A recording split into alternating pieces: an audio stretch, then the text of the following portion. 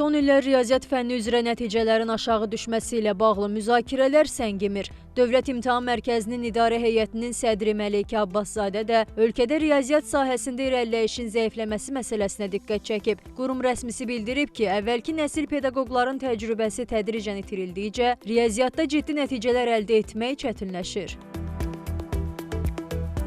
Maraqlıdır, valideynlər riyaziyyatda geriləmənin səbəblərini nədə görürlər? Riyaziyyat bilgilərinə praktiki tapşırıqların getdikcə daha az olması, eləcə öz uşaqlarımdan da görürəm ki, nəzəri hissəyə daha çox yerinə yetirilir. Uşaqların da mental, yəni idraksal, kognitiv yorulması bilavasitə onların riyazi, eləcə də digər dəqiq elmlərə olan fənnə istək və həvəsi azaldır. Düzdür, mən də belə düşünürəm, biraz çətinləşir ildən ilə.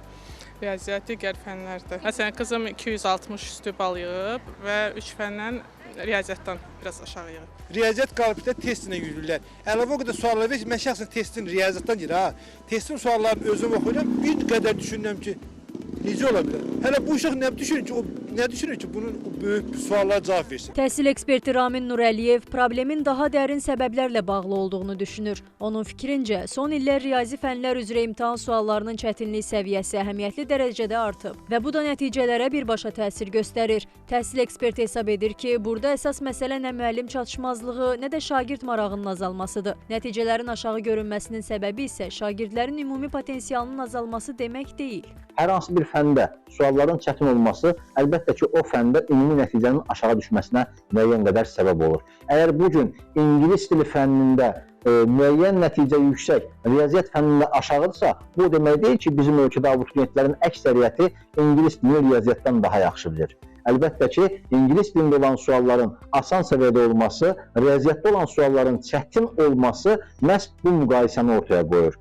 Amma kimsə rahat bir şəkildə deyə bilməz ki, İngilis dili ümumi olaraq orta təhsil məktəblərində riyaziyyatdan daha yaxşıdır və yaxud da şagirdlərimiz ingilis dilini riyaziyyatdan daha yaxşı bilir. Digər tərəfdən isə riyaziyyatın daha əlçatan və maraqlı formada tədrisi üçün əlavə həvəsləndirici mexanizmlərə ehtiyac var. Şagirdlərdə riyaziyyata marağın artırılması üçün yeni metodların tətbiqi, motivasiya edici proqramların genişləndirilməsi və imtahan modellərinin daha balanslı şəkildə qurulması vacibdir. Ekspert bildirib ki, bu sahədə ixtisaslaşmış mütəxəssislərin artırılması istiqamətində də işlər görülməlidir. Düşünürəm ki, pedaqoji ixtisaslara marağın çoxalması istiqamətində və yüksək bal toplayan abituriyentlərin daha çox pedaqoji ixtisasları seçməsi istiqamətində müəyyən imtiyazlar və güzəştlər tətbiq oluna bilər.